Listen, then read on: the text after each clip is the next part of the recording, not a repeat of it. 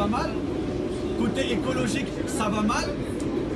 Et en fait, en réalisant toutes ces choses, on va vite finir par se rendre compte que nous les hommes, on est vite dépassés par les événements, on est vite limités. Et finalement, les hommes, eux, ne sont pas Dieu. Et le monde, effectivement, aura une fin comme toute chose. Et vous savez, à la fin, la Bible déclare qu'en fait, Dieu va juger le monde. Quand on pense à ça, on se dit « Ah, Dieu est méchant ». Non, en fait, c'est parce que Dieu est bon, il est parfait. C'est pour cela que Jésus, en tout cas, va devoir juger les vivants et les morts. Et vous savez, parmi nous, ici, personne n'est parfait. Tout le monde a déjà péché et tout le monde a déjà brisé les lois du Seigneur. Alors, qui devant le Seigneur pourra dire « Moi, je suis coupable d'aucun crime ». Certainement, tous les hommes sont coupables. Tous les hommes sont coupables. Et c'est parce que tous les hommes sont coupables que Dieu avait prévu qu'un sauveur viendrait dans le monde. Ce sauveur-là, les Hébreux l'attendaient depuis longtemps. Beaucoup de prophéties à son sujet ont été données. Mais quand Jésus-Christ est venu, en fait, il a accompli toutes ces prophéties. Jésus est mort à la croix. Il a porté nos péchés. Il a porté tous les péchés que nous avons faits. C'est Jésus-Christ qui l'a porté. Et grâce à lui, maintenant tous les hommes peuvent être pardonnés, peuvent être justifiés et ne passeront pas en jugement. D'ailleurs, Jésus dit, lui-même dans l'évangile de Jean chapitre 6, « Quiconque croit en moi a la vie éternelle. » Amen. Quiconque croit en lui a la vie éternelle. En fait, le problème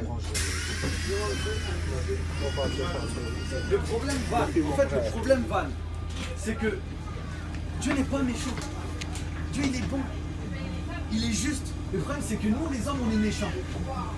Regardez un petit peu autour de vous. Qui sont les hommes qui pratiquent le mensonge? Est-ce que Dieu pratique le mensonge? Non, Dieu ne ment jamais. Mais les hommes mentent beaucoup. Qui est infidèle? N'est-ce pas les hommes? Qui font les guerres? N'est-ce pas les hommes? Qui sont ceux qui détruisent la terre? N'est-ce pas les hommes? Dieu va devoir juger la terre à cause de ça. Et si Dieu juge, c'est pas parce qu'il est méchant, il est bon. Mais nous, on est méchants.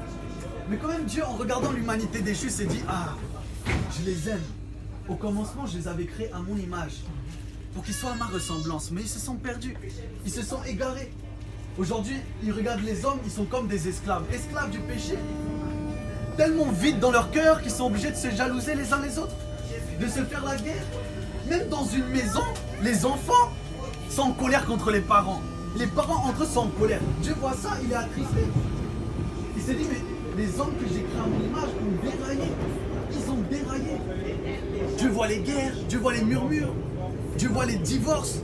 Oh, le cœur de Dieu est attristé. Il s'est dit, non, ces hommes-là, leur fin sera terrible. J'aimerais tellement les sauver de ce que mérite le salaire de leur péché. Il s'est dit, waouh, le seul moyen que ces hommes soient sauvés, c'est que quelqu'un paye à leur place. Alors Dieu a commencé à réfléchir, mais qui va payer à la place de ces hommes? Il s'est dit, est-ce que je vais pouvoir envoyer un ange? Non, l'ange n'est pas suffisant. Sinon, quand l'ange va les sauver, ils vont encore dire que c'est l'ange le sauveur.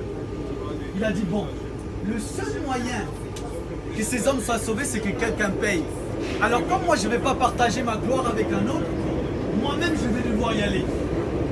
Dieu s'est dit, moi-même, je vais devoir y aller. Et dans Philippiens chapitre 2, il nous est dit que Jésus-Christ n'a pas vu son égalité avec Dieu comme un privilège à vouloir conserver, mais qui s'est dépouillé, devenant un simple homme, s'humiliant devant les autres, étant obéissant et jusqu'à la mort. Jésus s'est rendu obéissant jusqu'à la mort de la croix, jusqu'à être nu à cause du péché. Mais gloire à Dieu. Alléluia. Parce qu'à la croix, Jésus n'est pas mort à la croix pour que les gens aient une croix autour du cou. Non. Jésus est mort à la croix pour que le pire des pécheurs soit sauvé. Mais quel amour. Waouh. Il est ressuscité. Oh, j'aime ça. Ses disciples se disaient, non, Jésus est mort, il a disparu. Même ses ennemis se frottaient les mains. Ils se disaient, ah, Jésus s'est oublié. Mais le troisième jour, un ange descend roule la pierre. On voit qu'il sort du tombeau comme une lumière plus que le soleil. Les gardes qui gardaient ça commencent à tomber dans les vapes tellement ils sont impressionnés. Jésus sort du tombeau. Il va voir ses disciples qui étaient cachés dans la maison tellement ils avaient peur. Jésus n'a même pas besoin d'ouvrir la porte. Il traverse le mur, il arrive et dit, mes bien-aimés, pourquoi vous êtes dur de cœur? Pourquoi vous êtes lent à croire? Tous les prophètes ont dit que le Messie devait mourir à la croix, ressusciter, et que le pardon des péchés serait prêché à tous les peuples. Amen. Alors il aura ouvert l'esprit à ses disciples pour qu'ils puissent comprendre les Écritures. Jésus est venu pour toi. Je ne connais pas ton nom, mais Jésus connaît ton nom. Et il a permis que ce soir, je me retrouve là pour te prêcher le message qui peut changer ta vie, le message qui peut sauver ton âme, le message qui peut guérir ton cœur et le message qui peut t'ouvrir les portes du ciel. Jésus a dit, quiconque croit en moi a la vie éternelle. Amen. Si tu crois au Seigneur Jésus-Christ, si tu te détournes de tes péchés, waouh, le salut va rentrer dans ta vie. Amen. Que Dieu vous bénisse. Amen.